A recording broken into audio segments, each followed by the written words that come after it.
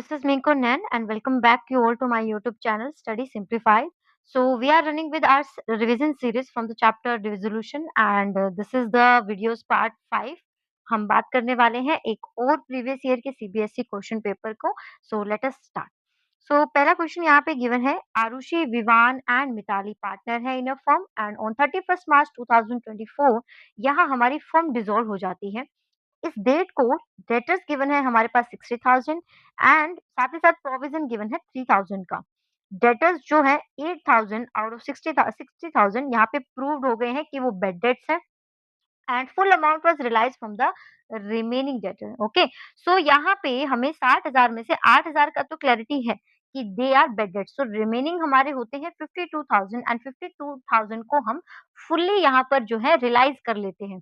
सो बताइए आपका क्या आंसर रहेगा. यही पूछा है कि अमाउंट रियलाइज कितना रहेगा. So the correct option here will be option number C which is your 52,000. चलते हैं नेक्स्ट क्वेश्चन की तरफ. सो नेक्स्ट क्वेश्चन हमारे पास है एक 6 मार्कर क्वेश्चन जहाँ हमें पास करनी है जर्नल एंट्री. सो देखिए सबसे पहले गिवन है आपको विभा एंड अजीत. यहाँ पे सारी एसेट्स और सारी लाइबिलिटीज को ऑलरेडी इन्होंने ट्रांसफर कर दिया है अपने रियलाइजेशन अकाउंट में. मैंने अपने प्रीवियस वीडियोस में भी ये बात आप लोगों को क्लियर की है कि whenever such line is being given to you, the only thing you need to understand that now onward we will be having only and only 3 accounts with us. And what are the name of these accounts? So these are your realization account,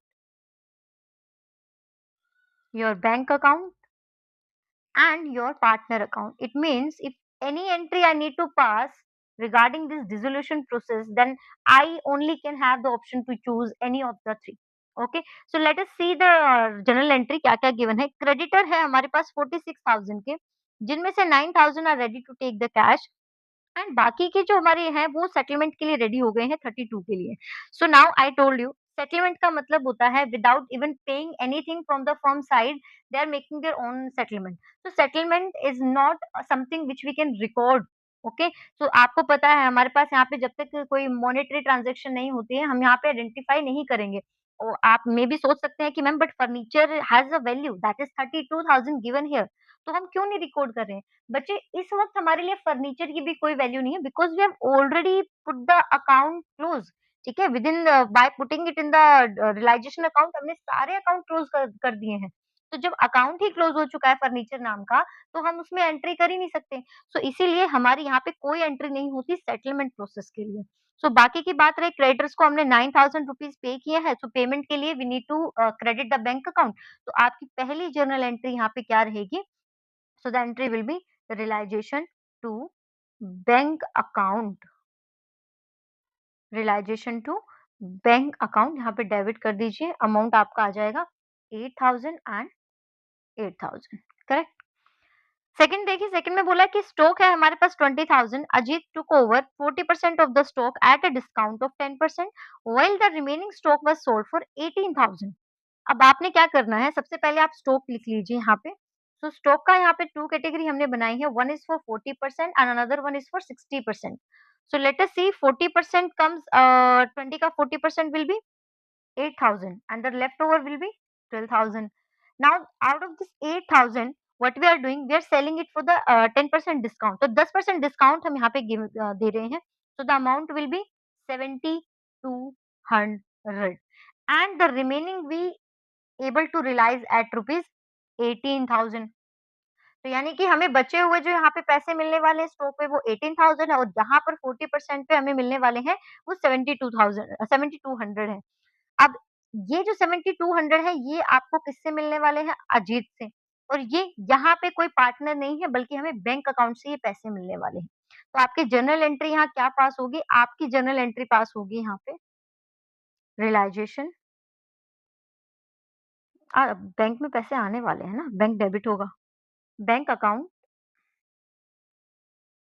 then आपका Ajit capital account,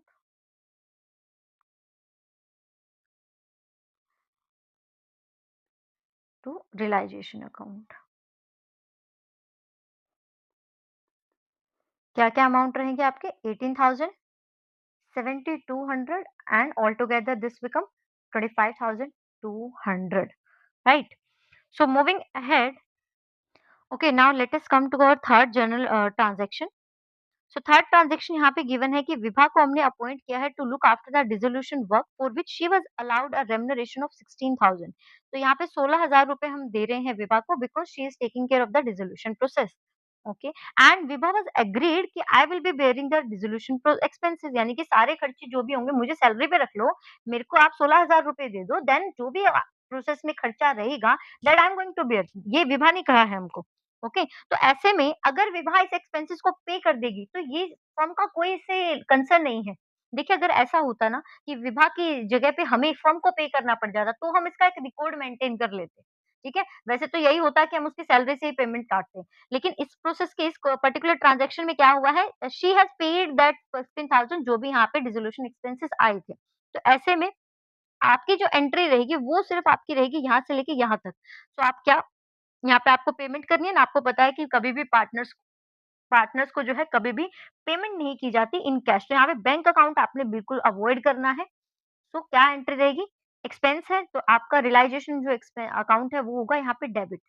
तो realisation account को आपने किया debit and आपका जो ये विभा है, Vibha become our creditor. Creditor होंगी बिकॉज़ बाद में हमें इसको सेटल करना पड़ेगा, ठीक है? बैंक अकाउंट यूज़ नहीं करना है, भले ही आपको लगे कि मैम 16,000 रुपए तो दे देते हैं ना हम विभा को।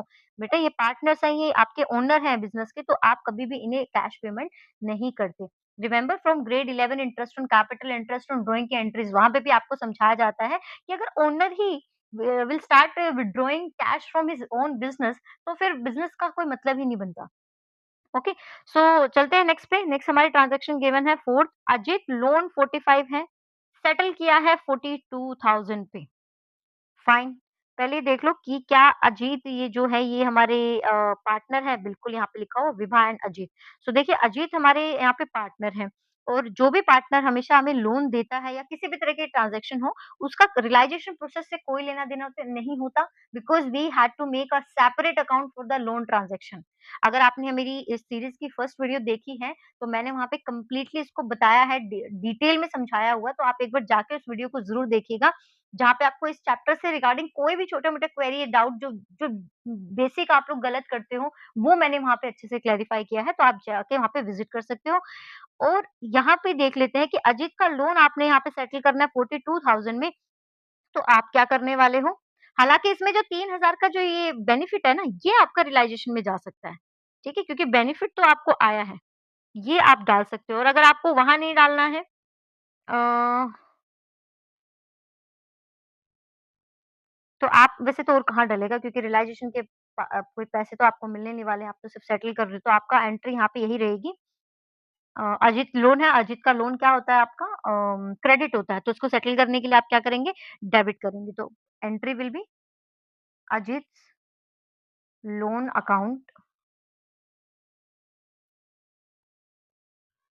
Account debit to realisation. देखिए, अब एक गलती यहाँ पे आप क्या करोगे and to cash in bank account. जो आपने लोन पे किया, पहले तो आप बताइए लोन कितने का था? लोन था मैम 45,000 का। आप कितना पे कर रहे हो, ये कैश अकाउंट या बैंक अकाउंट से पे होता है। अब ये जो बेनिफिट आपको मिला है ना कि आपको 2000 रुपीज़ कम पे करने पड़े हैं, that benefit you can put into your realisation account. Next आते हैं हमारी एंट्री नंबर 5th पे।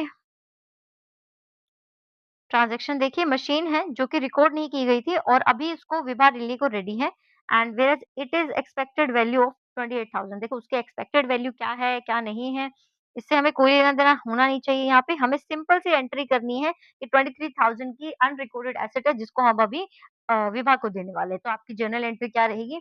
Your journal entry will be Vibha's capital account, Vibha ले रही है ना? हाँ।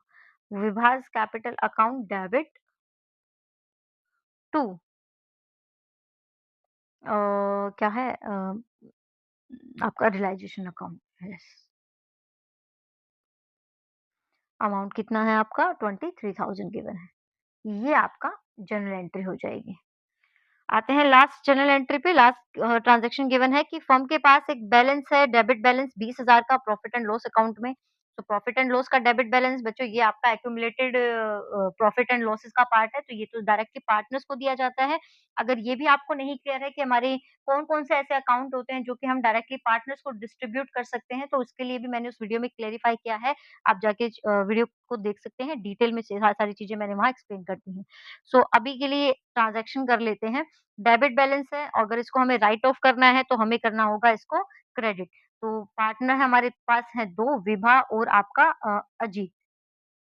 इनका आप लोग अपना कैपिटल रेशियो देख लेंगे और इसमें आप प्रॉफिट एंड लॉस को डिस्ट्रीब्यूट कर देंगे। तो आपका बैलेंस था यहाँ पे 20,000। देख लीजिए क्या है आपका, इनका कोई गिवन है ही नहीं रेशियो, तो आप इसको अज़्यूम कर लेंगे 10,000, 10,000 और ये आपकी ट्रांज़ैक्शन होती है यहाँ पे खत्म। ठीक है? इसी के साथ हमने ये टॉपिक भी कवर कर लिया है। मिलते हैं आपसे नेक्स्ट वीडियो में। Thank you, have a nice day.